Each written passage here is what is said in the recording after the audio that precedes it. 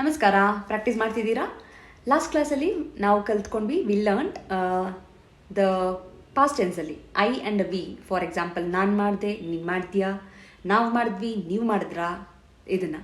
So ಇವಾಗ will go with the male female version, how it can be ಅಂತ. For example, he did, ಅವ್ನು ಮಾಡ್ದ, ಅವ್ನು ಮಾಡಿದ್ನಾ, ಅವ್ನು ಕಾಲ್ ಮಾಡಿದ್ನಾ. This is what we are learning. ಅವಳು ಕಾಲ್ ಮಾಡಿದ್ಲಾ.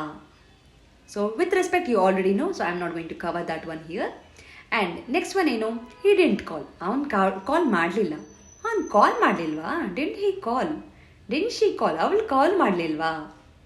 So ee tara, so when you frame the sentence, frame the answer, then frame the question. Very important.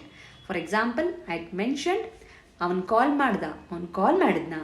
Avan call madlilla. Avan call madlilva. Avalu cook madidla. ಅವಳು cook ಮಾಡಿದ್ಲು. ಅವಳು cook ಮಾಡಲಿಲ್ವಾ? ಅವಳು cook ಮಾಡಲಿಲ್ಲ. So ಇದನ್ನು practice ಮಾಡಿ, ತುಂಬ use ಆಗುತ್ತೆ ನಿಮಗೆ.